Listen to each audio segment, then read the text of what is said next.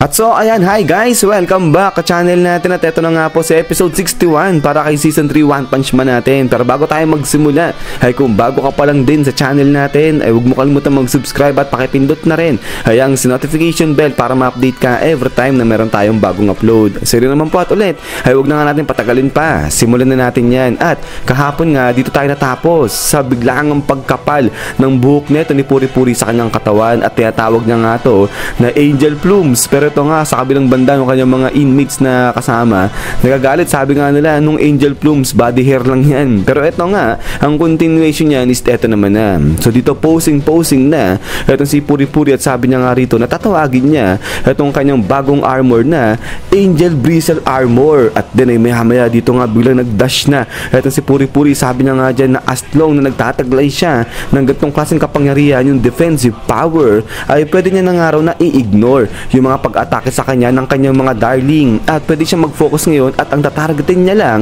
si Nyan. At then pagkatapos nga niya na eto nga nung pasagod na etong si Puri-Puri dyan kay Nyan, parang biglang natakot etong si Nyan, sabi niya nga dyan anong klaseng pakiramdam to, parang ito yung pakiramdam niya katulad dun sa amo niya na pinipilit na lambingin etong si Nyan, ayaw niya pala nung ganun. So ito yung panahon pa nung pusa pa hindi pa halimaw dyan etong si Nyan. But then pagkatapos nga Nyan ay dito nga ngayon biglang nakakita ng crack ay yung si Nyan, sabi niya nga dyan sige bahala na nga yung iba dyan, alis na ako, sabi niya ganyan. At then ay ayun nga biglang sumuot dun sa pagkaliit-liit na butas etong si Nyan sa mga crack, kaya nagulat dito etong si Puri-Puri, sabi niya nga dyan sa loob niya ang kipot lang nung pinasukan niya. At eto ngayon salita na si Nyan, sabi niya nga dyan na as long na merong maliit na pasyo na mga 3mm na espasyo, kayang-kaya niyang sumuot sa mga butas na nga o sa mga espasyo na nga niyan. Ang problema, ang dami raw cracks dito sa lugar na nga to, kaya kahit saan pwede siyang pumasok. At ito nga nagpaalam si Nyan, sabi niya nga dyan sige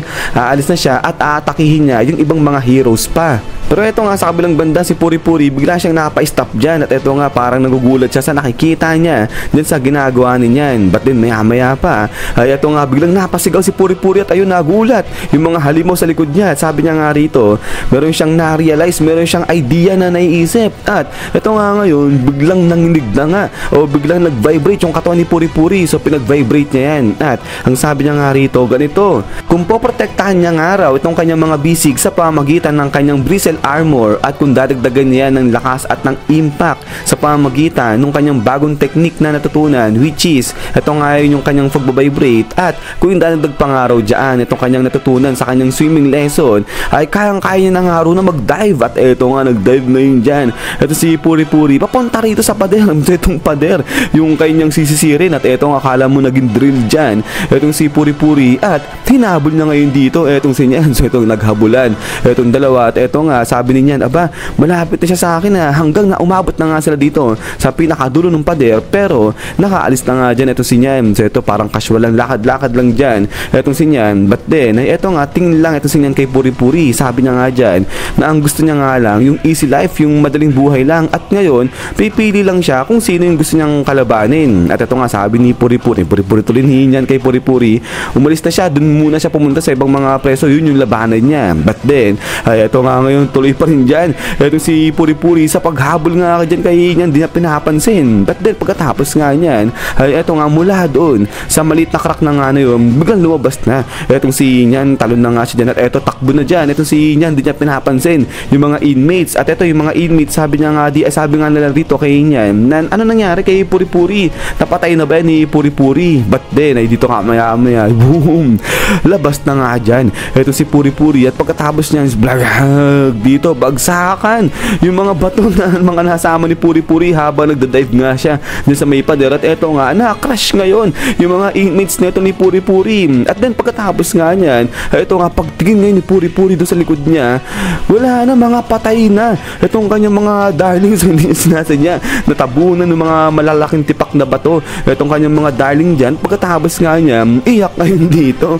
Etong si Puri-Puri. So nagkakasabit-sabit na yung boses ko guys, pasensya na. Pero etong grabe, walang natira dyan sa mga darling ni Puri-Puri. Lahat sila patay, kaya nga ito yak na yak na si Puri-Puri. At then pagkatapos nga niyan, ay ito nga tayo na si Puri-Puri. Pero ayun, makikita may mga buhok din sa kanyang katawan, itong kanyang Angel Bristle Armor, nalalagas na. At sabi niya nga rito na sige, tatanggapin niya na lang itong kanyang bagong technique na to bilang parang regalo sa kanya nung kanyang mga inmates. Sabi niya nga dyan, thank you mga sweeties, sabi niya ganyan. At pagkatapos nga niya, ito nga talikod na ito si Puri-Puri, sabi niya nga dyan na hindi niya hayaang masakayang lang itong mga sacrifices nung kanyang mga darling dyan. At ngayon ay panoorin daw nila at bantayan ito si Puri-Puri dyan sa laban niya, dyan mismo sa may Master Association. Pero yung sa likod niya, yung inmate ay minura pa dyan ito si Puri-Puri. At din pagkatapos nga niyan, ay ito nga ngayon natapos na itong laban nga dyan ni Puri-Puri dito sa may side ni Puri-Puri. Pero ito nga habang naglalakad dyan, ito si Puri-Puri, naalala nga niya dyan yung sinabi ni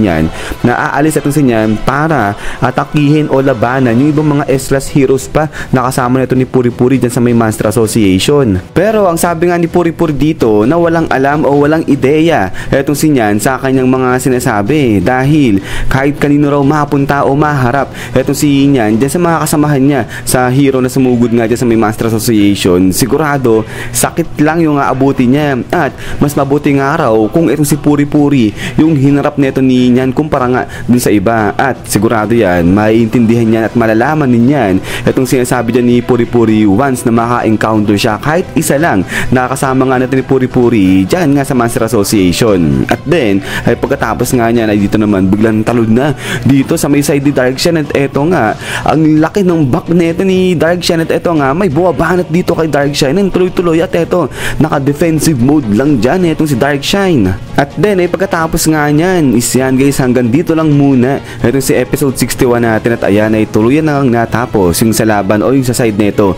ni Puri-Puri. At ngayon ay papasok na nga tayo sa paikipagdigma o sa paikipaglaban naman ito ni Darkshan din sa mga halimaw sa Master Association. Pero yun nga guys ay ulit ay maraming salamat sa walang sawang pagsuporta at panood dito kay One Punch Man natin. At ayan ay konting buwede lang muna ako guys. At kapag naging totally naka-recover na ako ay magiging okay rin ito mga uploads natin dito kay One Punch Man. Pero ayan ay pipilitin pa rin natin na makaisa ulit ngayong araw. So hintay-hintay lang sa kasunod na episode nito. So yun naman ulit ay lagi mag-ingat. God bless nila at kita-kits tayo ulit.